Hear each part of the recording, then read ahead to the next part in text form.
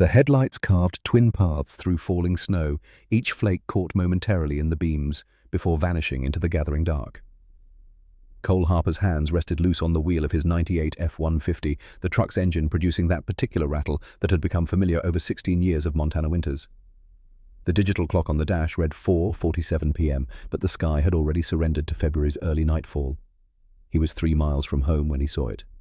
The SUV lay on its side like a wounded animal passenger door, pointing skyward, wheels still spinning lazily in the cold air. Fresh tire tracks carved erratic lines across both lanes before disappearing over the embankment. The vehicle was silver, maybe a Toyota recent model. Steam rose from somewhere beneath the crumpled hood. Cole's foot found the brake without conscious thought, muscle memory from a lifetime of responding to crisis.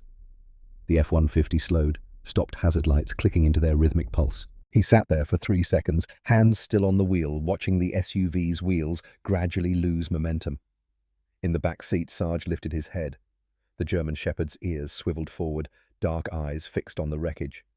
7 years old, scarred along the left flank from shrapnel that had ended his military career, the dog possessed an alertness that age and injury had never diminished. His breathing remained steady. No whine, no bark, just attention. Cole reached for the door handle, then stopped. The radio mounted under the dash crackled with the evening weather report, a woman's voice reciting numbers that meant nothing good. Storm system moving faster than predicted, visibility dropping, wind chill approaching -20, road closures expected within the hour. He looked at the phone mounted to his dashboard. No signal. Out here, 18 miles from Greystone, the mountains swallowed everything the cell towers tried to send. The truck's heater blew warm air that smelled faintly of antifreeze and old coffee. Cole had a frozen lasagna waiting at home, the kind that took 45 minutes in the oven. He had dry socks and a wood stove that he'd loaded with split pine that morning. He had a bottle of bourbon in the kitchen cabinet that he hadn't opened in 3 weeks, a small victory he'd stopped counting days for. He had no obligation to whatever waited inside that overturned SUV. The wind gusted, rocking the F-150 slightly. More snow spiraled across the road, already beginning to fill the tire tracks. In another 20 minutes there would be no evidence anyone had passed this way. Cole pulled the Glock 19 from the glove box, checked the magazine by habit, and slipped it into his jacket pocket. Not because he expected trouble, because 23 years in the army had taught him that preparation and paranoia looked identical until the moment they didn't. "Stay," he told Sarge, then stepped out into the wind. The cold hit like a physical thing, stealing breath, finding every gap in his clothing. Cole hunched his shoulders and moved toward the SUV boots, crunching through snow that had already accumulated 3 inches since morning. His breath formed clouds that the wind tore apart before they could fully form. Up close, the damage looked worse. The entire driver's side was crumpled. The door bent inward at an angle that spoke of significant force. The windshield had spiderwebbed but held. One headlight still burned, casting a crooked beam across the ditch. No airbags deployed. Older model than he'd thought, or someone had disabled the system. Cole circled the vehicle, footsteps loud in the winter silence. On the passenger side, he found the first blood. Dark droplets in the snow already freezing, forming a trail that led away from the wreck toward the tree line 50 yards distant. He stopped, one hand moving unconsciously toward the pistol in his pocket. The trail was fresh, maybe 15 minutes old. The blood drops were spaced wide apart, suggesting someone moving under their own power but injured. The tracks staggered, weaving slightly. One set of footprints, human adult-sized. Behind him, Sarge barked once, sharp, insistent. Cole turned. The dog stood in the truck's open door, front paws on the running board, entire body rigid with attention. His gaze fixed not on the blood trail, but on something deeper in the trees, 40 degrees left of where the footprints led. "What have you got, boy?" Sarge's tail remained motionless. His ears pressed forward so hard they nearly touched. A low sound built in his chest, not quite a growl, more like a warning to something only he could sense. Cole had learned to trust that sound. In Ramadi, in Fallujah, in a dozen nameless villages where the air tasted like cordite and fear, he'd learned that military working dogs sensed threats before they materialized. Different dog, same training, same instincts bred across generations. He clicked on his flashlight and started toward the trees. The snow deepened with each step, climbing past his ankles, soaking through his jeans.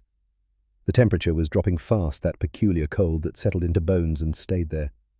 Cole's breath came harder, the altitude and the years both making themselves known. 50 yards became 70. The trees closed in pine and aspen, creating corridors of shadow that the flashlight barely penetrated. The wind died here, blocked by the forest, replaced by a silence so complete Cole could hear his own heartbeat. Then he heard something else. Crying. Weak, almost animal in its desperation. He moved faster, flashlight beam cutting through the darkness. 30 yards ahead, the trees opened into a small clearing. The beam found her there, slumped against a fallen pine, one leg bent at an angle that made Cole's stomach tighten. She was young, maybe 30, wearing a down jacket that had split along one seam. Blood soaked her left sleeve from shoulder to wrist. Her face had gone grey, lips already showing the first tinge of blue. She looked up at Cole's approach eyes, unfocused, and said something he couldn't make out, but his attention had already moved past her. There were arranged in the snow beside her body 6 shapes, small, dark against the white. Puppies, he realized. German shepherds, maybe a week old, maybe 2. Their eyes were still closed. Their tiny bodies lay motionless, belly up in the killing cold. And there, 3 feet away, the mother. A German shepherd, full grown, lying on her side. Dead. Frozen solid, her fur rimed with ice. Cole knelt beside the woman, training taking over. ABC, check airway breathing circulation. Her airway was clear, but her breathing came shallow, rapid. Her pulse fluttered against his fingers when he pressed them to her throat, too fast, too weak. "Can you hear me?" His voice came out rougher than intended. "What's your name?" Her eyes tried to focus on him. Her lips moved. "Sarah," she whispered. "Sarah Chen." The name hit Cole like a fist to the chest. Chen. Corporal Marcus Chen had been his handler in Iraq, the 23-year-old kid from San Francisco who'd adopted Sarge as a puppy, who'd trained him to detect IEDs, who'd saved Cole's life twice before a roadside bomb took him apart in a marketplace in Mosul. Marcus Chen, who'd come home broken, who'd fought the darkness for 7 years before his sister found him in his apartment with a bottle of pills and a note that said simply, "I'm sorry." Cole looked at the woman again, seeing it now. The shape of her face, the set of her eyes. Marcus had shown him a pictures once, his baby sister, the college student who wanted to be a vet. "Marcus," Cole said. "Corporal Chen, he was your brother." She blinked, confusion and hope fighting through the hypothermia. You knew him." "I served with him. I'm Cole Harper." Something changed in her expression. Recognition, maybe, or just the relief of not dying alone. "The puppies," she managed. "They're his. Sarge's. Military breeding program. I was taking them to sanctuary. Accident. I tried to save them. Mother was already—" Her words dissolved into shivering so violent her teeth clacked together. Cole turned his flashlight on the puppies. 6 fragile forms, perfectly still. He moved closer, reaching out to touch the nearest one. The fur was cold, but not frozen. Not yet. As his fingers made contact, the puppy twitched. Just once, barely perceptible. A shudder that rippled along its tiny flank before stillness returned. Cole's heart kicked against his ribs. He looked at Sarah, at the 6 puppies, at the frozen mother who had given everything trying to keep them warm. He looked at his watch, 5:03 p.m. The temperature gauge on his keychain read -12 and falling. The math was simple and brutal. Sarah needed a hospital, needed it fast, or she'd lose the leg if not her life. The nearest hospital was in Billings, 43 miles away. The roads were already dangerous and getting worse. The puppies needed warmth, needed it immediately, or they'd all be dead within the hour. He couldn't carry both. The flashlight beam swept across the clearing one more time, illuminating the scene in stark detail. Sarah's blood dark against the snow, the dead mother's open eyes, the puppies arranged like they were sleeping, just sleeping, though Cole knew better. Somewhere in the distance, Sarge barked again, urgent now, demanding. Cole made his decision. He pulled off his jacket, wrapping it around Sarah's shoulders. "I'm getting you out of here. The puppies too. But I need you to stay conscious. Can you do that?" She nodded, the movement small and uncertain. Cole gathered the puppies, handling each one with a gentleness that felt strange in his scarred hands. He placed them inside his thermal shirt against his chest, their compact forms cold enough to make him gasp. 2 in front, 2 against his ribs, 2 tucked near his belt. He pulled his outer shirt closed, then retrieved his jacket from Sarah. Then he lifted her. She couldn't have weighed more than 120, but the snow made every step a battle. His knee, the one that still carried shrapnel from Kandahar, began screaming before he'd gone 10 yards. He didn't stop. The walk back to the truck took 7 minutes that felt like 70. Cole's vision narrowed to the next step, then the next, his breath coming in ragged gasps that turned to ice in his beard. Sarah passed out somewhere around the halfway point, her body going limp in his arms. Sarge met them at the tree line, pressing close to Cole's leg, his warmth a small comfort. Together, they crossed the remaining distance to the F-150. Cole laid Sarah across the bench seat, then reached inside his shirt and extracted the puppies one by one. They were still motionless, their chests rising and falling in breaths so shallow he had to watch carefully to confirm they weren't dead. He counted as he placed them on the seat. 1, 2, 3, 4, 5, 6. All accounted for. Sarge jumped in without prompting, positioning himself near them. Cole started the engine, cranked the heat to maximum, and began driving. The phone showed no signal. The radio offered only static and the weather report, which had graduated from warning to emergency. Roads closing, travel not advised, shelter in place. He drove anyway. The cabin appeared out of the snow like a memory made solid. Cole had inherited it from his parents 12 years ago, when cancer took his father and grief took his mother 6 months later. It sat at the end of 3 miles of unpaved road surrounded by pine forest and silence. He'd been meaning to sell it for 3 years. Getting Sarah inside required another battle with the cold and his failing knee. He laid her on his bed, the only bed, and piled every blanket he owned on top of her. The cabin's interior temperature hovered around 45 degrees, the wood stove having burned down to coals hours ago. Cole fed the stove with kindling and dry pine, nursing the coals back to flames, adding larger pieces once the fire caught. Heat began spreading through the single room, slow but steady. Then he turned his attention to the puppies. He arranged them on a folded quilt near the stove, close enough for warmth, but not so close they'd overheat. 6 little bundles, 3 dark, 2 tan, 1 with unusual white markings on its chest. Their eyes remained closed. Their breathing came shallow and irregular. Sarge approached slowly, sniffing each puppy in turn. His tail normally still gave a single wag.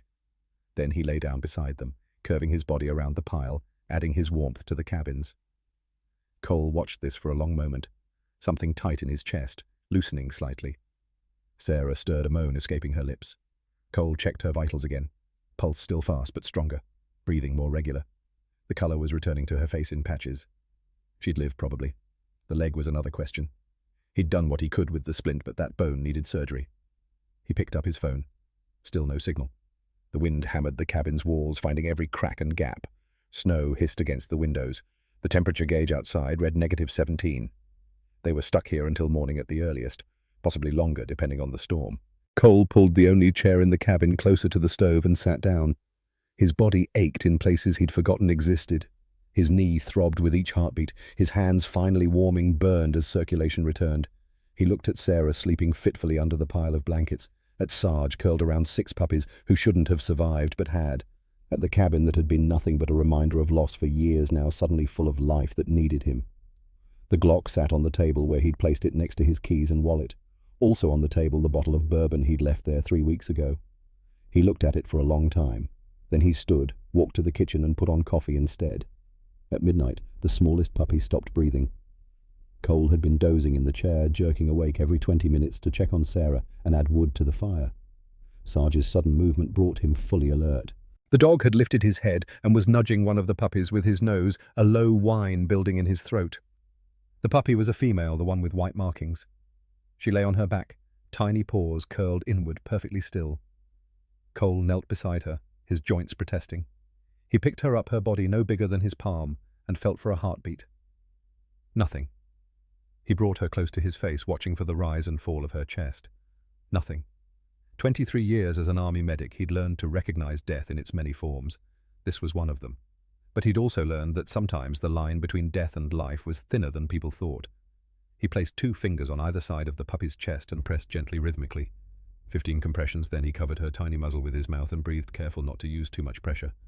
Her lungs were the size of grapes. Nothing. Again. Compressions. Breath compressions. Breath. Nothing. In Ramadi, he'd brought back a 19-year-old private who'd stopped breathing for 4 minutes. In Kandahar, a local girl, maybe 6 years old, caught in crossfire. In a dozen other places, he tried not to remember he'd fought this same battle against the nothing. Sometimes he won. He kept going. His fingers cramped. His back screamed. The puppy remained still. "Come on," he heard himself whisper. "Come on." Behind him, Sarah stirred. "What's happening?" Cole didn't answer. Compressions breath, compressions breath. "Please," Sarah said, and there was something in her voice that made Cole's hands move faster. The puppy convulsed, once violent enough that Cole nearly dropped her. Then she gasped a sound like tissue paper tearing and her chest began to move. Cole held her for a full minute, feeling the flutter of her heart against his palm before placing her back beside Sarge. The dog immediately began licking her rough tongue, cleaning her face, stimulating circulation. When Cole finally looked up, Sarah was watching him, tears tracking down her face. "Thank you," she said. Cole nodded, unable to speak. He returned to his chair. His fingers wouldn't stop trembling. At 2 a.m. his phone flickered to life with a single bar of signal. Cole grabbed it, dialed 911 and got through on the 4th try. "What's your emergency?" "I have an injured woman, compound fracture to the left leg, possible hypothermia. 6 newborn puppies, German shepherds in distress. Location is 2847 Blacktail Road, 18 miles north of Greystone." There was a pause. "Sir, all rescue operations are suspended due to weather. Can the injured party survive until morning?" Cole looked at Sarah. Her colour was better now, her breathing steady. The bleeding had stopped. "Yes. We'll have someone there at first light. Keep her warm and hydrated if possible." The line went dead. Cole set the phone down and added more wood to the fire. The cabin had warmed to maybe 60 degrees comfortable by Montana winter standards. Outside, the storm continued its assault. Sarge hadn't moved from his position around the puppies. All 6 were breathing regularly now, occasionally squirming or making tiny sounds. The smallest one, the one Cole had revived, lay pressed against Sarge's belly, her chest rising and falling in rhythm with the larger dog's breath. "They're his, aren't they?" Cole said to Sarah. "These puppies. Sarge is their father." Sarah nodded weakly. "Military breeding program. They wanted to preserve his bloodline. Marcus arranged it before—" She stopped, unable to finish. "Before he died?" "Yes." Cole watched Sarge with the puppies, seeing something in the dog's posture he'd never noticed before. Not just protection. Recognition. "The mother," Cole said. "What happened?" "She was weak when I got her." 3 weeks postpartum, she should have been stronger, but—" Sarah's voice caught. "The program was being shut down. Budget cuts. I was supposed to transport her and the litter to a sanctuary in Wyoming. The roads were worse than I thought.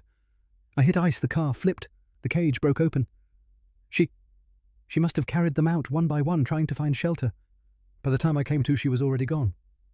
But she kept them alive long enough for me to find them." "Yes." They sat in silence, listening to the fire crackle and the wind howl. After a while, Sarah spoke again. "Marcus talked about you. In his letters. He said you were the best medic he'd ever seen. Said you could bring people back from places they had no business returning from." Cole's jaw tightened. "I couldn't bring him back. That wasn't your job. He was already gone before you ever got the call. He called me, 2 days before. Left a message. Said he wanted to talk. I was busy." "I didn't call back." Sarah was quiet for a long moment. "He called everyone he cared about. It wasn't about getting help. It was about saying goodbye. If you'd called back, it wouldn't have changed anything." Cole wanted to believe that. Some days he almost did. At 3:30 a.m., another puppy went into distress. This time it was one of the tan ones, a male.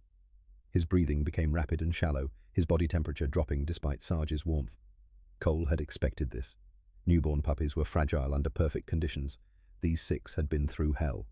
He heated water on the stove, dissolved a tiny amount of honey in it, and used a medicine dropper to feed the puppy 1 drop at a time. Too much would cause aspiration. Too little wouldn't help. The puppy's breathing stabilized after 20 minutes. Cole placed him back with his siblings and checked the others. All 6 were showing signs of improvement. Their movements were stronger, their breathing more regular. It wasn't a guarantee. They could still crash, but they'd made it through the worst hours. Cole returned to his chair and discovered he was too wired to sleep. His mind kept circling back to the moment he'd seen the overturned SUV, to the decision he'd made to stop. In the army, they'd trained him to make decisions under pressure, to assess situations quickly and commit fully. But they'd also trained him to understand triage, save the most lives with the resources available, accept that not everyone could be saved. If he'd chosen differently tonight, Sarah would be dead. The puppies would be dead. But choosing as he did meant abandoning everything waiting for him at home. The warm cabin, the frozen lasagna, the illusion of a simple evening where the past stayed in the past. He looked at Sarge, at the puppies, at Sarah sleeping with her broken legs splintered by pine branches and duct tape. Some choices, he realized, weren't really choices at all. The first hint of dawn came at 6:15 a.m., a gradual lightening of the darkness beyond the cabin's windows. The storm had passed sometime in the night, leaving behind a silence so complete it felt almost sacred. Cole stood and stretched his body, protesting every movement. He checked Sarah first. Her pulse was strong, her breathing deep and even. The leg looked bad, swollen and discolored, but she'd make it to surgery. The puppies were all alive, all breathing, tucked against Sarge's warmth. The dog opened one eye as Cole approached, his tail thumping once against the floor. "You did good," Cole told him. "Your boy would be proud." At 7:42 a.m., Cole heard the helicopter. He stepped outside into a world transformed by snow, everything softened and white and new. The sky had cleared to a blue so sharp it hurt to look at. The temperature had risen to a merciful -5. The search and rescue helicopter landed in the clearing 50 yards from the cabin rotors, whipping up clouds of powder. 2 paramedics jumped out, running toward Cole with a stretcher. "You the one who called it in?" "Inside. Female 30 years old, compound fracture, left leg hypothermia, protocol applied." They moved past him, professional and efficient. Cole followed them in, watched them assess Sarah, prepare her for transport. She woke as they lifted her onto the stretcher, her eyes finding Cole. "The puppies," she said. "They're okay. All 6. Can you—" She struggled to focus. "Can you keep them until I can arrange something? The sanctuary, they'll still take them, but I need time." Cole looked at the pile of warm bodies pressed against Sarge. 6 lives that existed because he'd chosen to stop to act, to fight against the cold and the math that said they should die. "Yeah," he heard himself say. "I can do that." They loaded Sarah into the helicopter. Before the door closed, she called out something that the rotors almost swallowed. Cole thought it was "thank you," but he couldn't be sure. The helicopter lifted, banked and disappeared into the morning sky. Cole stood in the clearing listening to the silence return. Then he went back inside. Sarge had moved from the puppies and was sitting by the door looking at Cole with an expression the man had learned to read over 3 years. The dog needed to go out, needed food, needed the routine that kept him balanced. "Yeah, okay. Give me a minute." Cole fed Sarge, let him out to do his business, brought him back in. The dog went immediately back to the puppies, resuming his guardian position without prompting. Then Cole turned his attention to the 6 young lives that had overnight become his responsibility. He had no experience with puppies this young.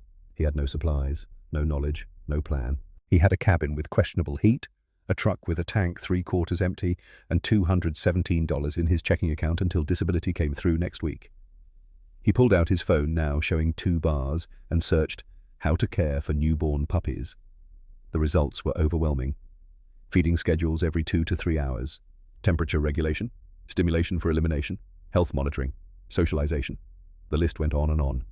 Cole felt pressure building in his chest, the weight that had lived there since Marcus died, since his marriage collapsed, since he'd retreated to this cabin to wait for time to pass. Then the smallest puppy, the one he'd revived, made a sound. Not quite a bark, more like a squeak. She was awake, tiny eyes still closed, nose searching blindly for warmth or food or comfort. Cole reached out and let her smell his hand. She pushed against his palm, surprisingly strong for something so small. "Okay," he said quietly. "Okay." He spent the next 2 hours learning. The phone battery died halfway through, so he plugged it in and kept reading. He learned about colostrum and milk replacement and the importance of maintaining body temperature. He learned that puppies couldn't regulate their own body heat until 3 weeks old. He learned that they needed help to urinate and defecate for the first few weeks of life. He learned that raising 6 orphaned puppies was essentially a full-time job. At 10:30 a.m., Cole made a decision. He grabbed his keys, gently moved Sarge aside, and carefully placed all 6 puppies in a cardboard box lined with towels. He positioned the box on the passenger seat, cranked the truck's heat to maximum, and started driving. Greystone appeared out of the snow like a promise of civilization. Population 847 according to the sign, though Cole suspected that was optimistic. The town consisted of one main street with perhaps 15 businesses, half of them closed for the season. The hardware store was open, the diner was open, and crucially, the small veterinary clinic on the corner showed a light in the window. Cole parked as close as he could get and carried the box inside. A woman looked up from behind the desk. She was in her 70s, tall and thin with silver hair pulled back in a bun and eyes that missed nothing. A name tag identified her as Dr. Martha Wilson. "Help you." Cole set the box on the counter. "Found these last night. Mother's dead. They need help." Martha came around the desk, looked in the box, and her expression shifted from professional interest to something softer. "German Shepherds. How old?" "Week, maybe 2. "Where's the mother?" "Dead at the scene. Car accident. These were with her." Martha reached in and gently lifted one of the puppies, examining it with practiced efficiency. "This one's dehydrated. They all are. When did they last eat?" "I don't know. Before I found them." "That was when, around 5 yesterday evening." Martha's eyebrows rose. "They've been without food for 17 hours. I didn't know what to feed them." She set the puppy back in the box and looked at Cole properly for the first time. Her gaze travelled from his unshaven face to his mud-stained jeans to the exhaustion he knew must be written in every line of his body. "You look like hell." "Feel worse?" "Coffee's fresh. Pour yourself a cup while I examine these little ones." Cole found the coffee pot on a small table in the corner and poured a cup that might have been brewed yesterday but tasted like salvation. He sipped it while Martha worked, watching her handle each puppy with a gentleness that belied her age. After 15 minutes, she straightened. "They're in rough shape, but they'll make it. You did good keeping them warm. Most people wouldn't have thought of that. I've had some medical training. I can tell." She gestured to a small scar on one puppy's paw. "You splinted this." "Was twisted. Thought it might be broken. It's not, but the splint prevented further injury. That's good thinking." She paused. "What's your name?" "Cole Harper." "You live around here, Cole?" "Out past Miller Creek. Inherited my parents' place." Recognition flickered in her eyes. "The Harper cabin. I knew your father. Good man. I was sorry when he passed." Cole nodded, unsure what to say. Martha pulled out a pad and began writing. "Here's what these puppies need. Puppy milk replacer available at any pet store. You'll need bottles, preferably small ones designed for newborns. Heating pad set on low, wrapped in towels. You'll need to feed them every 2 to 3 hours around the clock. Use a damp cloth to stimulate urination and defecation after each feeding. Keep them warm, keep them fed, and watch for any signs of distress." She tore off the page and handed it to him, then added another. "This is my cell number. Any problems day or night, you call." Cole looked at the papers, then at the puppies. "How much is this going to cost?" Martha quoted a number that made his chest constrict. "Initial examination supplies, follow-up visits for vaccines and checkups over the next 8 weeks." The total came to just over $2,000. His disability check was $1,500 a month. Rent on the cabin, which he paid to himself but still had to cover property taxes, was $300. Food, gas, utilities. The truck payment, he was behind on all of it, barely left enough to survive. "I can't afford that." "Can you afford to let them die?" Cole looked at the box. 6 young lives that had survived against impossible odds. 6 lives that existed because he'd made a choice. "No," he said quietly. "I can't afford that either." Martha studied him for a long moment. Then she pulled out a calculator and wrote a new number. "This is what I charge, friends. You pay when you can. No interest." The new total was $1,200. Still impossible, but less impossible. "Why? Because I knew your father, and because anyone who'd drive through a blizzard to save 6 puppies deserves a break, and because—" She hesitated. "Because that's a military working dog in your truck, and I worked with the MWD program for 20 years. I know what those animals give. Figure it's time to give something back." Cole felt the constriction in his chest ease slightly. "Thank you." "Don't thank me yet. You've got 8 weeks of hell ahead of you. 2-hour feeding schedules, cleaning, monitoring the works. Most people quit after 3 days." She paused. "You going to quit?" Cole thought about the question. Thought about the cabin that had been nothing but a box to hide in for 3 years. Thought about Marcus Chen, who'd trusted Sarge to him with his last coherent words. Thought about Sarah, about promises made to the dead and the living. "No," he said. "I'm not going to quit." Martha smiled, the expression softening her weathered face. "Good. Then let's get you set up." She spent the next hour teaching him everything he needed to know. How to hold the bottles, how to check if the milk was too hot, how to recognize signs of aspiration or bloating, how to stimulate the puppy's elimination reflexes, a process that made Cole grateful for his years of combat medicine where nothing was too gross to handle. She sent him home with enough supplies for 3 days and instructions to come back Friday for a follow-up check. Cole loaded the box back into the truck, Sarge watching from the back seat with what looked like approval. The dog's tail wagged once as Cole settled behind the wheel. "Don't suppose you want to tell me what I just got us into?" Cole said. Sarge's tail wagged again. The drive back to the cabin took 40 minutes. The roads had been partially ploughed, but the plough had simply packed the snow into treacherous ridges.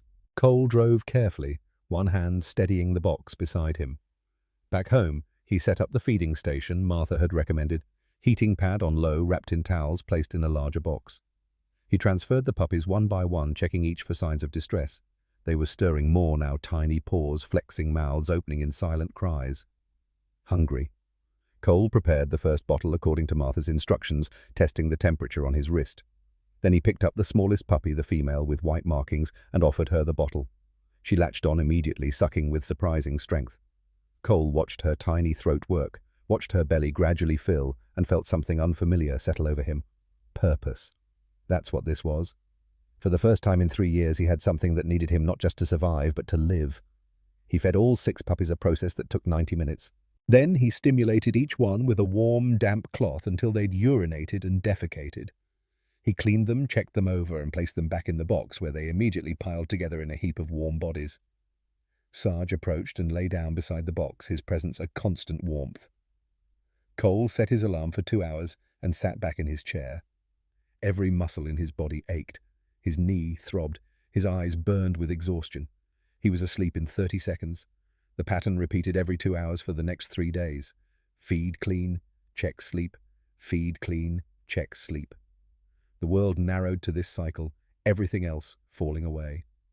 On the morning of the 4th day, Cole woke before the alarm to the sound of the smallest puppy making noise. Not crying. Something else. He moved to the box and found her with her eyes open for the first time, dark and unfocused, but definitely open, looking up at him. He reached down and let her smell his hand. Her tiny pink tongue came out and licked his finger. "Hey there," he said softly. "Welcome to the world." By evening, 3 more puppies had their eyes open. They were getting stronger, more active, their movements less jerky and more coordinated. Cole found himself talking to them as he worked, narrating what he was doing, filling the silence that had been his only companion for so long. The sound of his own voice felt strange at first, then gradually natural. On the 5th day, Martha called. "How are they doing?" "Good, strong. 4 have their eyes open." "And you?" "Still breathing." "That's not what I asked." Cole paused, trying to formulate an answer that was honest without being too revealing. "It's been a long time since I had something to wake up for." There was a long silence on the other end. Then, "I'd like to stop by tomorrow. Check on them properly. That okay?" "Yeah, that's fine." She arrived at 10 a.m. in an old Subaru that had clearly seen better days. She brought more supplies, refusing payment, and spent an hour examining each puppy with thorough attention. "They're thriving," she announced. "Whatever you're doing, keep doing it." Cole made coffee while she worked. When she finished, she accepted a cup and sat at his small kitchen table. "Can I ask you something?" she said. "Sure." "What made you stop that night in the storm? Most people would have kept driving." Cole thought about the question. The honest answer was complicated, wrapped up in guilt and memory, and the face of a dead Marine who'd once trusted him with everything. "I don't know," he said finally. Seemed like the thing to do. Martha nodded slowly. "My husband was like that. Marine Vietnam era. He'd stop for anyone, anything. Drove me crazy sometimes." Her voice softened. "He died 3 years ago. PTSD. Took his own life in the garage while I was at the store. I'm sorry." "Me too." She sipped her coffee. "Point is, I know what that war does. What all wars do. And I know what it's like to watch someone you love get hollowed out by memories they can't escape." She met his eyes. "These puppies, they're giving you something to fight for." Cole looked at the box, where 6 young bodies wrestled and squirmed so much stronger than they'd been 5 days ago. "Yeah," he said. "I think maybe they are." The phone call came on day 8, just as Cole finished the morning feeding. Sarah's name appeared on the screen the first time she'd called since the helicopter had taken her away. "Cole, I have bad news." He shifted the phone to his other ear, watching Sarge nose one of the puppies back toward the warmth of the heating pad. "How bad?" "The military breeding program was defunded last month. I just found out. They're not taking the puppies back. There's no sanctuary arrangement anymore." Her voice cracked slightly. "I'm so sorry. I thought I had more time to figure this out." Cole looked at the 6 puppies, all eyes open now, starting to crawl with more purpose. The tan male, the one he'd brought back with honey water, was attempting to climb over his siblings to reach Sarge. "What happens now? Legally they're yours if you want them. Otherwise—" Sarah paused. Shelter. Or I can try to find homes, but that could take weeks. You still in the hospital? Rehabilitation centre. The leg's going to need 3 more surgeries. I'm looking at 6 months before I can walk properly. The defeat in her voice was palpable. I can send you money when I can. It's not much, but don't worry about money right now. Focus on getting better. Cole, I can't ask you to. You're not asking. I'm choosing. He watched the smallest puppy, the female with white markings, finally succeed in climbing onto Sarge's back. Take care of your leg. We'll figure out the rest. After he hung up, Cole sat in his chair and did math he'd been avoiding. The cabin's property tax bill sat on the counter, $2,400 due in 60 days. The truck needed new tires before spring, another $600. He was already 2 weeks behind on the electric bill, and now he had 6 puppies that would need food, vaccines, veterinary care for at least 2 more months. His disability check was 7 days away. After taxes and rent, he'd have maybe $900 to work with. Not enough, not even close. Cole pulled out his laptop, the one he'd bought 3 years ago and barely used, and started searching. Puppy adoption Greystone, Montana, returned nothing useful. German Shepherd Rescue showed organizations in Billings and Missoula, both requiring applications and home visits. He was still searching when headlights swept across the cabin's front window. A car he didn't recognize pulled into the clearing, a silver Honda with California plates. Sarge's head came up, ears alert. Not aggressive, but watchful. Cole moved to the window and watched a woman in her 50s step out, bundled against the cold. She looked uncertain, checking a piece of paper in her hand against the cabin's address. He opened the door before she could knock. "Help you. I'm looking for Cole Harper. I'm Helen Martinez from the Greystone Community Church. Dr. Wilson told me about the puppies." Cole's guard went up instantly.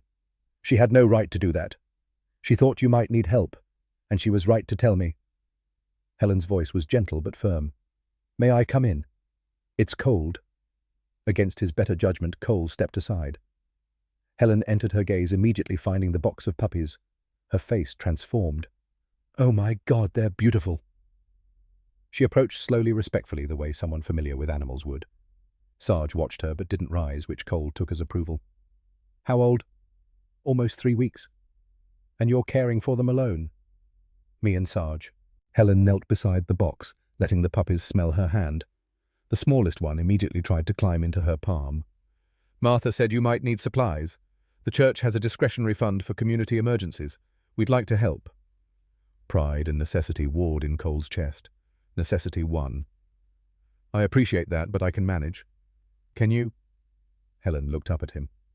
No judgment in her eyes, just honest question. "Martha said the bill for their care is already over $1,000. She said you're paying it off in installments." "That's between me and Dr. Wilson." "It is, but the church's mission is to support people in need. Let us do that." She stood, pulling an envelope from her purse. $500. No strings, no repayment expected. Use it for the puppies or for yourself. Whatever helps." Cole stared at the envelope, thinking about the property tax bill, the electric company's final notice, the truck's bald tires. "I don't go to church." "Doesn't matter. You're part of this community whether you attend services or not." Helen set the envelope on the table. "There's also this." She pulled out a flyer. "We're having a community dinner Friday night, potluck style. Martha will be there, and she mentioned several people who might be interested in adopting when the puppies are old enough. Thought you might want to meet them." "These puppies aren't ready for adoption yet." "I know, but in a few weeks they will be. And finding good homes takes time." Helen moved toward the door, then paused. "My son was a Marine. Iraq, 2007. He came home different. Took him years to find his footing again. These dogs they helped. Gave him something to care for when he couldn't care for himself." She left before Cole could respond. He stood holding the envelope, feeling the weight of bills inside, and wondered when exactly his life had stopped being his own. That night, Cole was heating the evening bottles when he heard a vehicle approaching. Then another. Then a third.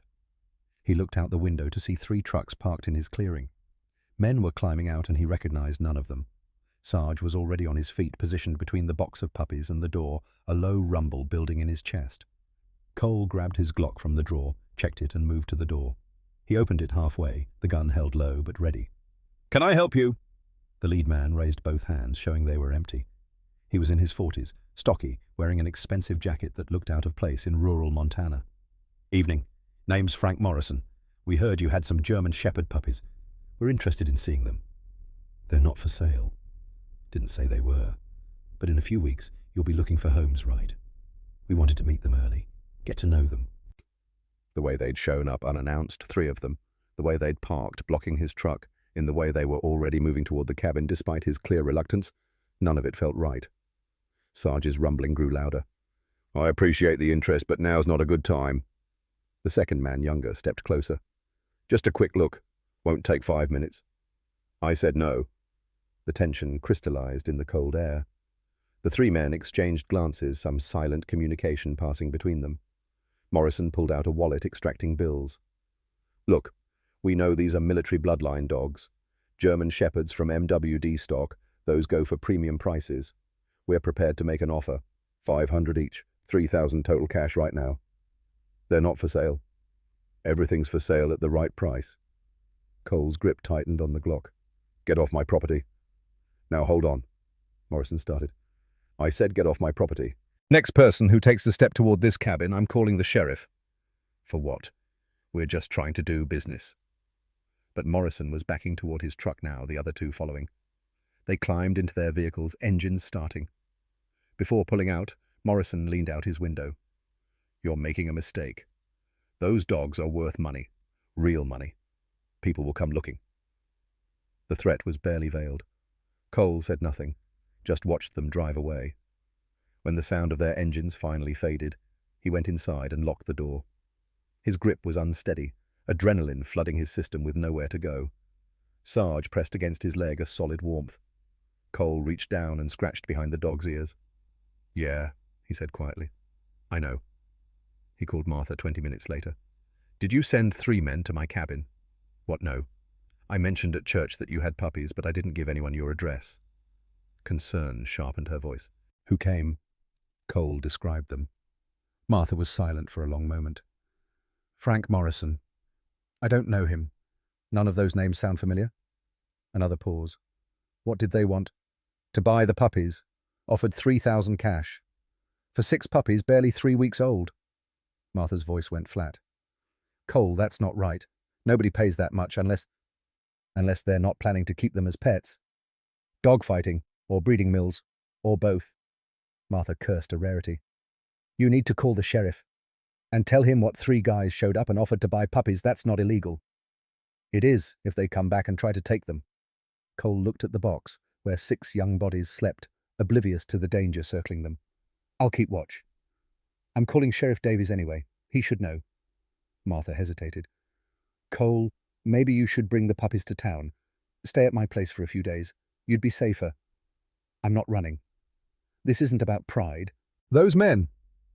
I said I'm not running. I'll handle it. He hung up before she could argue further.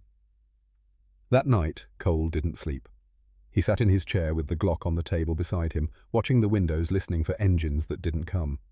Sarge stayed alert, too, positioned near the door ears, tracking every sound from the forest. The puppies slept in their box completely unaware that the world had suddenly become more dangerous. At 3 a.m., Cole's phone buzzed with a text from an unknown number. Still interested in those dogs? Name your price. He deleted it without responding. At 3:47 a.m., another text. You can't watch them forever. Cole set the phone down and checked the Glock's magazine for the 3rd time that night. Morning came grey and cold. Cole fed the puppies on schedule, his movements mechanical, his attention divided between the task and the windows.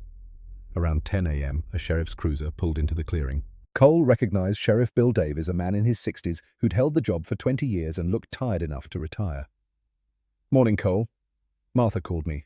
Said you had some trouble yesterday. Cole gave him the details, including the texts. Davies wrote everything in a small notebook, his expression neutral. Frank Morrison. I'll run that name. See what comes up. He closed the notebook. In the meantime, you see them again, you call immediately. Don't engage. And if they don't give me time to call... Davies met his eyes. Montana's a stand-your-ground state. You're within your rights to defend yourself and your property. But Cole, 3 against 1, those aren't good odds. Even for someone with your training? I've had worse. I'm sure you have. But you're not in a war zone anymore. You've got options here. Davies gestured toward the cabin. Martha offered to keep the puppies at her clinic. Better security closer to town. No. She figured you'd say that. Davis sighed. Stubborn runs in your family. Your daddy was the same way. After the sheriff left, Cole made a decision. He couldn't watch the cabin 24/7, couldn't survive on adrenaline and no sleep indefinitely. He needed help, even if asking for it felt like swallowing glass. He drove to town that afternoon, puppies secured in their box in the truck's cab, Sarge riding shotgun. The veterinary clinic was quiet when he entered. Martha looked up from her computer, surprise crossing her face. Didn't expect to see you today. Need to talk. She gestured to her office, and Cole carried the box inside. Once the door was closed, he said, "Those men who came yesterday, they texted me last night. Twice." He showed her the messages. Martha's jaw tightened. "You should be scared." "I am." "Good. Fear keeps you smart." She leaned back in her chair. "What do you need?" "Information." "Why would someone pay $3,000 for 6 puppies that aren't even weaned? Military working dog bloodlines are valuable. Sarge's genetics, his proven service record that makes his offspring worth more on the black market than most people realize." Martha pulled up something on her computer. "There's an underground network that breeds fighting dogs. They look for aggressive bloodlines, high pain tolerance, strong prey drive. German Shepherds from MWD stock. Check all those boxes." "Sarge isn't aggressive." "No, but he was bred and trained to be protective to engage threats. That's in his DNA, and it passes to his offspring." Martha turned the screen toward Cole. "I did some research after you called. 3 months ago, 2 German Shepherds disappeared from the county shelter. Young adults, both with working dog backgrounds. Sheriff investigated but never found them." Cole felt cold settling in his chest. "You think those men took them?" "I think it's a strong possibility, and I think they've now identified 6 more dogs they want." Martha closed her laptop. "Cole, you need to seriously consider moving these puppies somewhere safer. My clinic has an alarm system cameras. They know about your clinic. If they came looking for information, they know you're connected to me. Then what's your plan? Sit in your cabin with a gun and hope they don't come back." Cole looked at the box of puppies. The smallest one, the fighter, was awake and trying to crawl out. He picked her up, felt her heartbeat against his palm. "I need to find them homes. Fast. Before those men make another move." "You just said they're not ready for adoption?" "They're not. But in 2, maybe 3 weeks, they could be. If I can find families now, good families, I can transition them quickly when the time comes." Cole looked at Martha. "That community dinner Helen mentioned. Friday night. I'll go. Meet people. See who might be suitable." Martha studied him for a long moment. "You're really doing this? Giving them all up? Keeping them means putting them in danger. Those men want 6 puppies. They'll try for 6 puppies. But if the puppies are spread across 6 different homes..." Cole shrugged. "Harder target. Smart. Tactical thinking." Martha nodded slowly. "All right. Friday night I'll introduce you around. But Cole, you can't just hand these puppies to anyone. They need proper homes, people who understand what they're getting." "I know. Do you?" "Because I've seen this before. Someone gets desperate, makes bad choices, and the animals suffer." Her voice softened. "Your heart's in the right place, but placement takes time. Time's something I might not have." That night, Cole set up a security system, using what he had available, empty cans on strings across the approaches to the cabin motion sensor lights he'd bought years ago, and never installed the old trail camera from his father's hunting days, positioned to cover the driveway. It was primitive, but it would give him warning. Friday came. Cole dressed in his least worn jeans and a flannel shirt that didn't have stains. He left the puppies with enough food and water for 3 hours, positioned Sarge on guard, and drove to town. The community center was packed, maybe 60 people crammed into a space meant for 40. Helen spotted him immediately and waved him over. "You came, I wasn't sure you would." "Said I would." She introduced him to what felt like half the town. Names blurred together, Betty and John, something the Robertsons, a young couple whose names Cole forgot immediately. Everyone was friendly curious about the puppies, asking questions he answered with increasing discomfort. Then Martha appeared at his elbow with a woman in her 60s. "Cole, this is Ruth Patterson. She lost her husband last year. She's been looking for a companion dog." Ruth had kind eyes and a handshake that was surprisingly strong. "Dr. Wilson tells me you have German Shepherd puppies." "6 of them, 3 weeks old." "I grew up with Shepherds. Had them all my life until George passed. The house feels empty without one." Her voice was steady, but Cole caught the grief underneath. "I'd be interested in meeting them when they're old enough." Something in her manner put Cole at ease. "They need another 3 weeks minimum, but after that, if you're still interested, we can arrange something. I'll wait as long as needed." The evening continued in similar fashion. Martha introduced him to several more people. Then came a family, parents in their 40s with 2 kids, maybe 8 and 10 years old. The Johnsons, dairy farmers from outside town. "Our last dog died 6 months ago," Mrs. Johnson explained. "The kids have been asking for another one. We've got space experience and we're home most days." The children's eyes lit up when Cole described the puppies. The younger one, a girl named Katie, asked, "Can we see pictures?" Cole pulled out his phone showing photos he'd taken that morning. 6 puppies piled together, a tangle of paws and ears. Katie's face transformed with joy. "That one," she said, pointing to the smallest. "She's perfect." Cole felt something twist in his chest. She might be spoken for. The partial truth came automatically. Katie's face fell, but her brother pointed to one of the tan males. "What about him? He might be available when he's ready." By the end of the evening, Cole had potential homes for 4 puppies. Ruth the Johnsons wanted 2, and an elderly man named Walter who lived alone and remembered having shepherds in his youth. 4 out of 6. Not bad for one night. Martha walked him to his truck. "You did good in there." Felt like selling them. "You're not selling. You're finding them families. There's a difference." She paused. "What about the other 2? Cole thought of the smallest one pressed against his leg in the cabin. Thought of the bold, tan male who was always first to explore. "I'll figure something out. You could keep one. Can't afford one. Can't afford to, or can't afford the attachment." Cole didn't answer, which was answer enough. He drove home through darkness, his headlights catching eyes in the forest. Deer, probably, or maybe coyotes. The motion lights he'd installed were off, which meant no one had approached the cabin. Inside, Sarge greeted him with unusual enthusiasm. The puppies were asleep in their box, all 6 accounted for. Everything was fine. Cole should have felt relieved. Instead, he felt the weight of the decision he'd just made. In 3 weeks, maybe 4, he'd give away the first puppy. Then the second.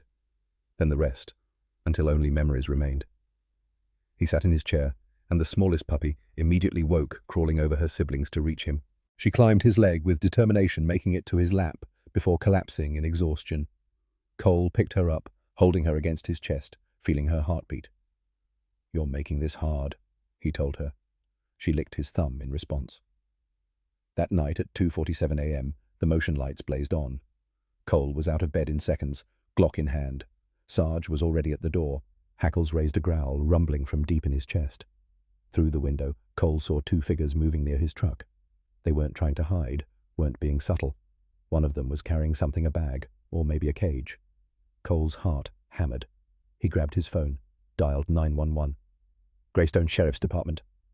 This is Cole Harper, 2847 Blacktail Road. 2 intruders on my property attempting to steal property. Send units immediately. Units are en route. Do not engage, Mr. Harper." He hung up and watched the figures approach the cabin. They were talking to each other, voices carrying in the cold air, but words indistinct. Sarge's growling intensified. The puppies, disturbed by the noise, began whimpering. One of the figures tried the cabin door, locked. Then a light appeared, a flashlight beam searching the windows. Cole stepped back from the glass, positioning himself where he could see, but not be easily seen. The Glock was heavy in his hand. The second figure moved to the back of the cabin. Cole heard him testing the rear door, then the window. His mind raced through options. 2 men at least. Possibly more, he couldn't see. Sheriff en route, but that was 15 minutes minimum. He could barricade himself inside, but if they had tools, they'd get through eventually. Or he could go out there and end this. The military training, whispered tactics, surprise aggression, overwhelming force. Take the initiative before they do. But he wasn't in Iraq anymore. This was Montana, and the rules were different. Stand your ground was legal, but shooting someone for trying to break into a cabin was complicated. Judges and juries and lawyers, all of it messy. The figure at the back window smashed it with something heavy. Glass shattered, tinkling onto the floor inside. Cole moved to the back of the cabin, raising the Glock. "I'm armed. Back away from the building." The figure froze, then retreated into darkness.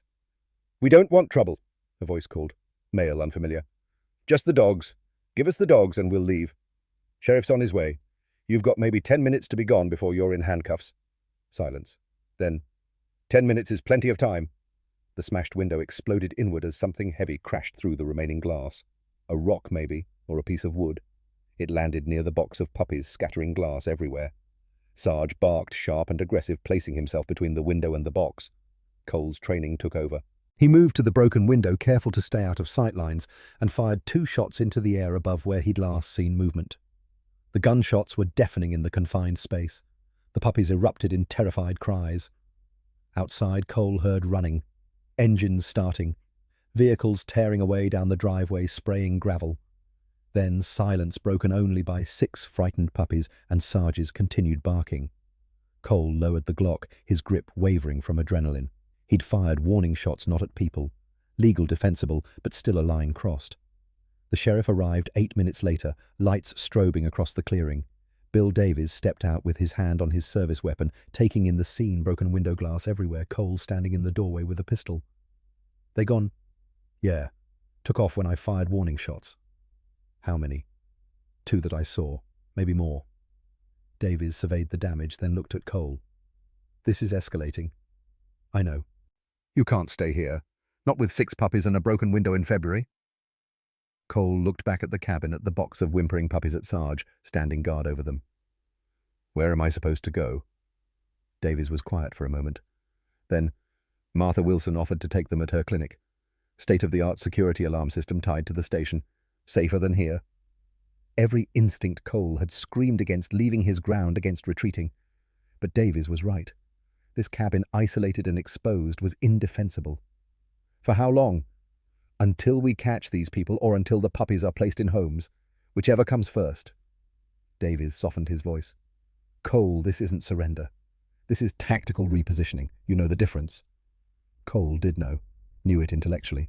Emotionally was harder. "I'll need to pack their supplies. Food blankets, the heating pad. I'll help. Let's move fast before they decide to come back with more friends." It took 30 minutes to load everything into Cole's truck. The puppies went into their box, confused and frightened by the disruption. Sarge jumped in without prompting, positioning himself near them.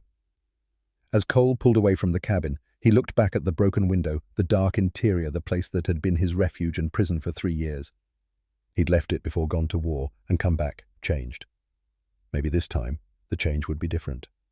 Martha was waiting at the clinic when they arrived, the lights on despite the 4 a.m. hour.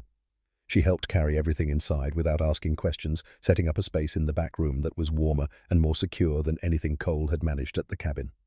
When the puppies were settled and Sarge had checked the perimeter twice, Martha put coffee on. "You can stay here too," she said. "I've got a couch in the office." "I should go back. Board up the window, clean up the glass." "At 4 in the morning in the dark." Martha shook her head. "That can wait until daylight. You need rest." Cole wanted to argue, but exhaustion crashed over him like a wave. He'd been running on adrenaline for hours, and the come-down was brutal. "Just for a few hours. However long you need." He collapsed on the couch in Martha's office, Sarge settling on the floor beside him. The last thing Cole heard before sleep took him was the sound of puppies settling into their new temporary home, their frightened cries gradually fading to silence. For the first time in 8 days, Cole slept without his phone alarm set, trusting someone else to handle the next feeding. It felt strange, vulnerable. It felt almost like relief. Cole woke to the sound of voices. For a moment disoriented, he reached for the Glock that wasn't on the table beside him. Then memory assembled itself, the broken window, the midnight drive, Martha's clinic. He sat up, joints protesting. Grey light filtered through the office window. His phone showed 9:17 a.m. He'd slept for 5 hours straight, the longest stretch in 3 weeks. The voices came from the main examination room. Cole stood his knee, sending sharp complaints up his leg, and opened the door. Martha was there with 2 men Cole didn't recognize. Both were in their 60s, weathered in the way that spoke of outdoor work and hard years. They turned as Cole entered. "Morning," Martha said. "Cole, this is Ray Hutchins and Tom Bradley." Cole's hand moved instinctively toward his hip where the Glock would have been if he were wearing it. Ray raised both hands immediately. "Easy, we're not here for trouble." "You've got 30 seconds to explain why you're here at all." Tom stepped forward, and Cole noticed for the first time the Marine Corps tattoo on his forearm, the same insignia Cole had seen on 100 men in 100 combat zones. "We need to apologize," Tom said. "And we need to warn you." "About what?" "About Frank Morrison. He's not who he says he is." Ray pulled out his phone and showed Cole a photograph. "His real name is Franklin Morse. He runs a dog-fighting operation out of Idaho. Been doing it for 20 years. The photograph showed a younger version of the man Cole had met standing beside a pit with 2 bloodied dogs. Cole's stomach turned. "How do you know this?" "Because we're not random strangers," Tom said. "We're investigators with the Montana Department of Justice Animal Crimes Division. We've been tracking Morse for 6 months. He produced a badge. Ray did the same. They looked legitimate, but Cole had seen convincing forgeries before. "Call the sheriff," Cole said to Martha. "Verify their credentials." "Already did," Martha replied, "while you were sleeping. They're legit." Cole studied the two men again, seeing them differently now. The way they carried themselves, the alertness in their eyes, the tactical awareness. Cops, not criminals. You could have led with that information. "We were undercover," Ray explained, "trying to make contact with Morse's network. When we heard about military bloodline puppies being cared for by a veteran, we thought maybe Morse had already made a move. We came to assess the situation, but you weren't home. We never got the chance to properly introduce ourselves before last night's incident." "Last night was Morse." "Yeah. We had surveillance on him, but he slipped it. Brought 2 of his people from Idaho, tried to take the puppies by force." Tom's jaw tightened. "That's on us. We should have anticipated it." Cole felt anger rising hot and sharp. "You knew he was dangerous and you didn't warn me. We didn't know he'd identified your location until it was too late. We were still gathering evidence, building a case." Tom met his eyes. "I'm sorry. Genuinely. You and those puppies deserve better protection." The apology was direct military style. No excuses, no deflection. Cole recognized it because he'd given the same kind of apology himself when missions went wrong and people got hurt. "What happens now?" "Now we move fast," Ray said. "Morse knows he's blown. He'll either run or make one more attempt to grab the puppies before he does. We need to catch him in the act." "Using what as bait? Because if you think I'm putting those puppies in danger—" "No puppies involved," Martha interjected. "That's where I come in." She explained the plan. Morse didn't know the puppies had been moved to the clinic. He'd expect them to still be at the cabin or in transit somewhere vulnerable. The investigators would spread word that Cole was moving the puppies to Wyoming to a sanctuary there, set up a fake transport use decoys and wait for Morse to make his move. "We'll have a full tactical team," Tom said. "State Police Sheriff's Department, us. Morse won't get within 100 yards of any actual animals. And if he doesn't take the bait, then we keep investigating until we have enough to arrest him on other charges. But this is our best shot at catching him in the act with enough evidence to put him away for years." Ray paused. "We'd like your help." "Doing what?" "Being yourself. Scared veteran trying to get the puppies to safety. Morse's people are watching. They'll believe it if it comes from you." Cole looked at the closed door leading to the back room where 6 puppies slept, and Sarge stood guard. He thought about the broken window, the fear in those young bodies when glass shattered around them, the desperation in Sarge's eyes when he'd tried to protect them. "Tomorrow. We need time to set up the operation." Tom pulled out a card. "You'll need to go back to your cabin today. Make it look normal. Pack supplies like you're preparing for a trip. Be visible in town, maybe mention to a few people that you're moving the dogs for their safety." "And you think Morse's people will hear about it?" "Small town like this, information travels fast." Ray nodded. "Especially when it's information people are listening for." Cole took the card, studying it. Montana Department of Justice Animal Crimes Division. A Billings address and phone number. "I want guarantees. No puppies at risk. No civilians caught in crossfire." "You have my word," Tom said. "And I was a Marine. That word means something." Cole recognized the appeal to shared service, the brotherhood that persisted years after uniforms were shed. It was calculated, but it was also sincere. "All right, I'm in." The investigators left shortly after, and Martha brought Cole coffee and a breakfast sandwich from the diner down the street. He ate mechanically, tasting nothing, his mind already running through tactical scenarios. "You don't have to do this," Martha said. "Yes, I do.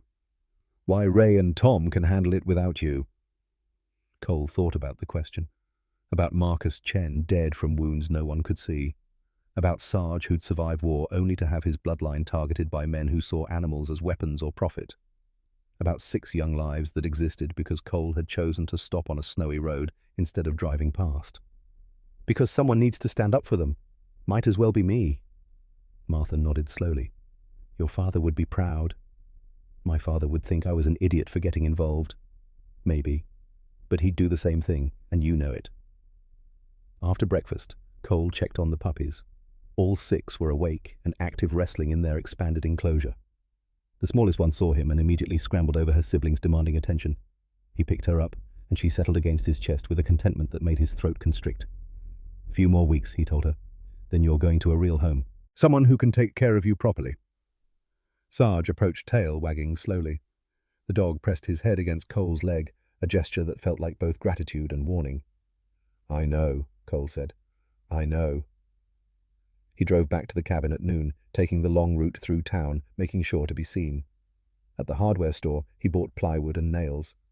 At the diner, he mentioned to the waitress that he was thinking of moving the puppies to Wyoming somewhere safer. Word would spread. In a town of 847 people, word always spread. The cabin looked worse in daylight. The broken window gaped like a wound glass glittering on the floor inside. Cole boarded it up, working slowly, aware that he was probably being watched. He cleaned up the glass, swept the floor, and packed a duffel bag with clothes and supplies. Made it look like he was preparing to leave for a few days. Then he sat on the porch with a beer he didn't drink and watched the forest until the sun began to set. His phone rang at 6:47 p.m. Unknown number. "Yeah." "Mr. Harper, this is Frank Morrison. I heard you had some trouble last night." Cole's grip tightened on the phone. "That's one way to put it. I'm sorry about that. Those men, they're not associated with me. I'm just a concerned citizen who appreciates good dogs." "Right. I also heard you're thinking of moving the puppies to Wyoming."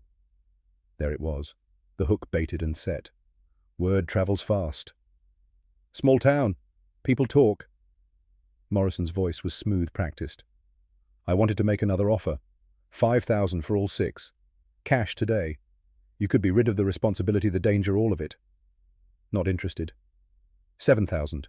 Final offer." Cole felt rage building hot and focused. This man who fought dogs for entertainment and profit, who sent criminals to break into homes and terrorize people, was offering money like that, made everything acceptable. "I said no." "You're making a mistake. Those puppies aren't safe, not while they're in your possession. Accidents happen, houses catch fire, cars run off roads." The threat was naked now, not even attempting subtlety. "Take the money, Harper. Walk away." "Go to hell." Cole hung up and immediately called Ray. "He just made contact, offered money, then threatened me when I refused." "Perfect. We've got it recorded. Your phone's been tapped since this morning." Ray's voice carried satisfaction. "That's conspiracy and intimidation. We're building a solid case." "What about tomorrow?" "Everything's set. You'll leave the clinic at 10 a.m. with a pet carrier that appears to contain puppies. Drive toward Wyoming on Highway 287. We'll have units positioned every 5 miles. The moment Morrison or his people make a move, we close the net. And if something goes wrong, it won't. We've run this operation a dozen times. Trust the process." Trust. That was the word that stuck with Cole as he ended the call. Trust that the investigators knew what they were doing. Trust that the plan would work. Trust that no one would get hurt. He'd learned in the army that trust was earned through action, not promised through words. Tomorrow would show which kind of trust this was. That night Cole stayed at the cabin. Alone, surrounded by silence and the memory of 6 puppies who'd filled the space with noise and purpose. He didn't sleep much, kept vigilant by coffee and adrenaline and the weight of tomorrow's operation. At 4 a.m., his phone buzzed. Text from an unknown number. "Last chance, 10,000. Meet me at the old quarry 6 a.m. Come alone." Cole stared at the message, recognizing it for what it was, an attempt to separate him from the puppies, from witnesses, from safety. Morrison was desperate, moving faster than the investigators had anticipated. He forwarded the text to Ray, who called immediately. "Don't go. He's getting reckless. That means dangerous." "Which is why we stick to the plan. Let him make his move on the road where we control the environment." Ray's voice was firm. "You go to that quarry, you're alone and exposed. That's not tactical, that's suicidal. What if he doesn't show up for the highway ambush? What if this was his real play all along? Silence on the line. Then we adjust. Move the operation up. You leave the clinic at 7 a.m. instead of 10. We'll reposition units, tighten the net. And if he's got people watching the clinic, if he knows exactly when I leave which route I take, then we deal with it. But Cole going to that quarry is not an option. Understood?" Cole understood. He also understood that Morrison was escalating, getting sloppy, and sloppy criminals made fatal mistakes. Understood. He didn't mention that understanding and obeying were different things. At 5:30 a.m., Cole drove to the clinic. Martha was already there, preparing the puppies for their day. She looked up as he entered, taking in his expression. "What happened?" He showed her the text. Her face went pale. "You're not going." "I'm not." "Cole, I said I'm not going, but I need you to do something for me." He pulled out his phone, showed her Ray's number. "If I'm not back by 8 a.m., you call him. Tell him everything." "Back from where?" "From making sure Morrison doesn't hurt anyone else." Martha grabbed his arm, surprisingly strong. "This is insane. You can't—" "Yes, I can. I'm trained for this. The investigators, they're good, but they're thinking like cops. Procedures, evidence cases. I'm thinking like a soldier." Cole gently removed her hand. "Morrison's at that quarry right now, probably with his people waiting for me to show up. That's where we end this." "By yourself." "I won't be by myself." He walked to the back room where Sarge was standing guard over the puppies. The dog's ears came up as Cole approached. "You up for one more mission?" Sarge's tail wagged once slowly. In his eyes, Cole saw recognition. The dog knew. Whatever was about to happen, it would be dangerous, and they'd face it together like they'd faced 100 dangers before. Cole turned to Martha. "Keep the puppies safe. No matter what happens, you keep them safe." "Cole, please." But he was already moving Sarge at his heel, heading for the truck, and the darkness, and the ending that had been coming since the moment he'd stopped on that snowy road. The old quarry sat 5 miles outside Greystone, a wound in the landscape where decades of mining had carved away the earth. Abandoned since the 70s, it had become a dumping ground for things people wanted: hidden appliances, cars, occasionally bodies. Cole parked his truck a quarter-mile away on a logging road that hadn't seen use in years. The sky was lightening in the east dawn, maybe 20 minutes away. He checked the Glock full magazine, one in the chamber, checked his phone, 5:52 a.m., 8 minutes until the meeting time Morrison had set. Sarge sat in the passenger seat, absolutely still, waiting for orders. "Here's how this works," Cole said quietly. "We go in quiet, assess the situation. If it's just Morrison, we can handle it. If he brought friends, we wait for backup." He texted Ray the location and situation, adding, "Give me 15 minutes. If you don't hear from me by 6:15, come loud." Then he pocketed the phone and stepped out into the cold. The approach to the quarry was through scrub pine and rocky terrain. Cole moved the way he'd learned in ranger school, each step, deliberate weight distributed, making no sound. Sarge moved beside him like a shadow, decades of training evident in every precise movement. Light was growing now, enough to see shapes and shadows. The quarry opened before them, a vast pit, maybe 200 yards across steep walls, dropping to a floor littered with debris. And there, parked near the edge, 2 trucks. One was Morrison's, the same vehicle that had been at Cole's cabin. The other was a beat-up Dodge Ram with Idaho plates. 4 men stood near the trucks, visible in the dawn light. Morrison was recognizable by his profile. The others were strangers, but their body language told Cole everything he needed to know: hired muscle, probably armed, definitely dangerous. This wasn't a negotiation. This was an ambush. Cole pulled out his phone, texted Ray. 4 targets, armed, quarry location. Move now." The response came immediately. "En route. 10 minutes. Do not engage." 10 minutes. Cole settled into a position behind a boulder. Sarge pressed against his leg and watched. Morrison checked his watch, then said something to the others. One of them laughed. They were relaxed, confident, expecting an easy payday. They didn't know Cole wasn't coming. At 6:05, Morrison pulled out his phone, dialed. Cole's phone buzzed in his pocket. He ignored it. Morrison tried again, then a third time. His body language changed, tension replacing ease. "He's not coming." Cole heard him say the words, carrying in the morning stillness. "Son of a bitch figured it out." "So what do we do?" one of the others asked. "We go to the clinic, take them by force. How many people can there be? An old lady and a washed-up soldier?" Cole's jaw tightened. They were going after Martha, going after the puppies, and they'd do it in the next few minutes before the investigators could intercept. He couldn't wait for backup. Cole stood Sarge rising with him and walked out from cover. He had the Glock in his hand, but held low, non-threatening. His voice carried across the quarry. "Looking for me." 4 heads snapped toward him. Morrison's face went through surprise calculation and something like satisfaction. "Harper, glad you could make it. Didn't have much choice, seeing as you were planning to hit the clinic. Just business, nothing personal." Morrison gestured to his men. "You bring the dogs?" "No." "Then we've got a problem." "We've had a problem since you sent people to break into my home."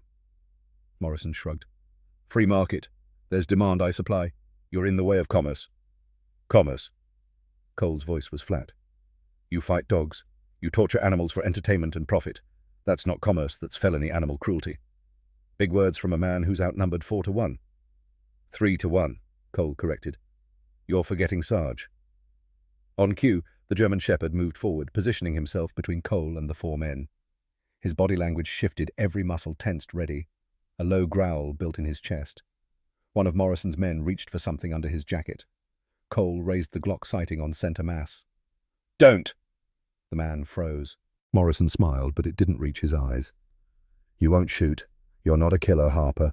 I checked your record. Medic right. You save lives, not take them. I was a medic in the Rangers. Different kind of medic. Cole's hand was steady, the Glock an extension of his will. I've taken lives when necessary. Don't make it necessary. The quarry fell silent, except for the wind and Sarge's growling. Cole could feel the situation balanced on a knife's edge, violence waiting to erupt.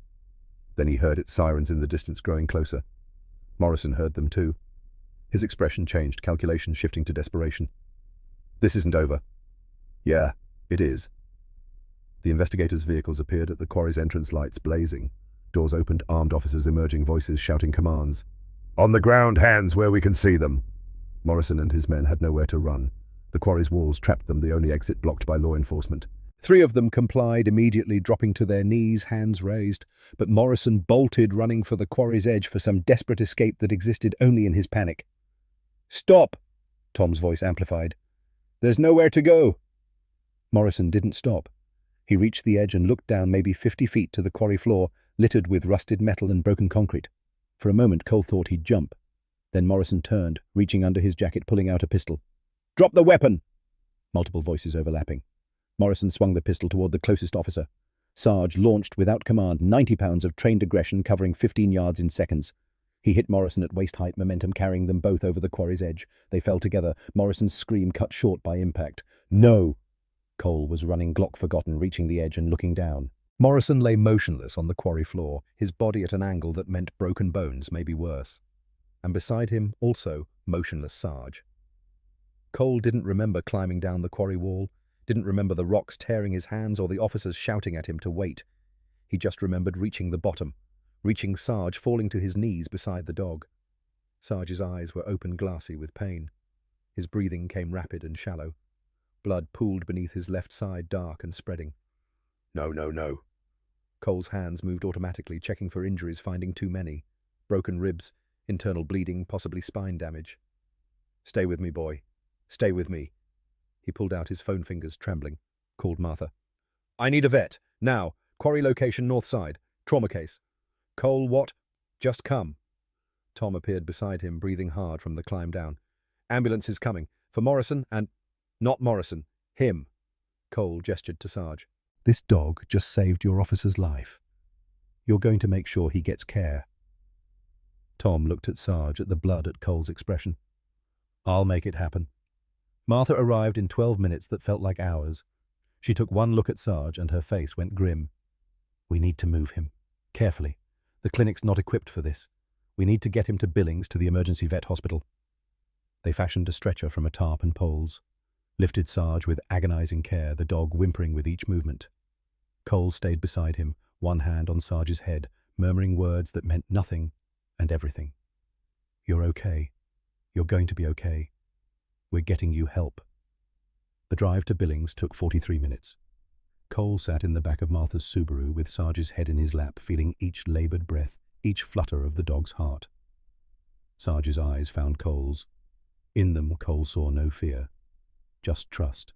The same trust that had existed between them for 3 years, through bad nights and worse memories, and the slow climb back toward something like peace. I'm sorry, Cole whispered. I'm so sorry. This is my fault. Sarge's tail moved once slightly. Forgiveness, or maybe just love. The emergency veterinary hospital in Billings was ready when they arrived, Martha having called ahead. They took Sarge, immediately rushing him into surgery. A vet in her 40s, Dr. Chen, no relation to Marcus, but the name still hit Cole like a fist, explained the injuries. 3 broken ribs, punctured lung, internal bleeding, possible spinal trauma. We'll do everything we can, but I need you to understand the next few hours are critical. Do whatever it takes. Money's not an issue. It's not about money. It's about whether his body can survive the trauma. Dr. Chen's voice was gentle but honest. He's 7 years old, previously injured. That makes recovery harder. He's a fighter. Then let's give him something to fight for. They took Sarge into surgery. The doors closed, and Cole was left in the waiting room with Martha, with silence, with nothing to do but wait. Hours passed. Martha brought coffee Cole didn't drink. Ray and Tom arrived, offered updates on Morrison alive, arrested, facing a dozen felony charges. Cole barely heard them. At 2:47 p.m., Dr. Chen emerged. Her scrubs were bloody, her face exhausted, but when she saw Cole, she smiled. He made it through surgery. It was close, but he's stable. Cole felt the pressure in his chest release. Can I see him? Not yet. He needs to stay in ICU for observation, but if things continue improving, maybe tomorrow. Thank you. Thank Mr. Harper. That dog fought like hell to stay alive. He's got a reason to live, and I think you're it. That night, Cole slept in the waiting room, refusing to leave. Martha stayed with him, keeping vigil, saying nothing because nothing needed to be said. In the morning, they let him see Sarge. The dog lay in a cage, surrounded by monitors and IV lines, looking smaller and more fragile than Cole had ever seen him. But his eyes were open, and when Cole approached, his tail thumped weakly against the padding. Hey, boy. Sarge tried to lift his head. Cole reached through the cage bars, letting the dog smell his hand, feel his presence. You did good. Saved lives. You're a hero. The tail thumped again. Dr. Chen appeared. He can go home in a few days. Recovery will take weeks, maybe months. Limited activity medications, monitoring. And he'll never be the same. The spinal trauma has left him with some nerve damage in his left hind leg. Will he walk? Eventually. With physical therapy and time. She paused. He won't be a working dog anymore. His days of hard activity are over. Cole looked at Sarge, at the dog who'd given everything for him, for strangers, for the mission that lived in his bones. That's okay. He's earned his retirement. 3 days later, Sarge came home to the clinic. The puppies, now 5 weeks old, greeted him with excitement that had to be carefully controlled. They didn't understand why the big dog who'd watched over them couldn't play, why he walked with a limp, why he tired so easily. But they stayed close to him anyway, a pile of warm bodies offering warmth and company. Cole watched them together and felt the decision crystallize. He called Ruth Patterson first. The puppy we discussed. She's ready for placement. Would you like to meet her? Ruth arrived that afternoon. Cole had thought about keeping the smallest one, the fighter, but as he watched Ruth's face transform when she held the puppy, he knew this was right. Her name is Scout, Cole said. She's been through hell and came out stronger. Ruth's eyes filled with tears. She's perfect. The Johnsons took 2 of the tan males whom Cole had named Duke and Charlie. Walter took the tan female Bella. A young couple from Billings, referred by Dr. Chen, took the dark male Max. That left 1 puppy. The quiet one who'd never demanded attention, but always seemed to be watching learning. Cole had named her Luna. I'll take her, he told Martha. If that's okay. Martha smiled. I was hoping you'd say that. 2 weeks later, Cole stood on the porch of his cabin with Sarge and Luna. The broken window had been replaced courtesy of Ray and Tom, who'd insisted on making repairs as thanks for his help with the Morrison case. His phone rang. A California number. Dad, I was thinking, maybe I could visit next month. Spring break. Mom said it's okay. Cole looked at Luna wrestling with a rope toy, while Sarge watched from his bed, the old dog's eyes warm with approval. Yeah, Cole said. Yeah, I'd like that. You sound different. Different how? I don't know. Happier, maybe. Cole considered the question. The cabin that had been a prison was now a home. The isolation that had felt safe now felt lonely. The dogs that had arrived by accident had become purpose. Maybe I am. When Emma arrived for spring break, she was 16 and almost unrecognizable tall, with her mother's dark hair and Cole's grey-blue eyes. The first hours were awkward years of silence, sitting between them like a wall. Then she met Luna.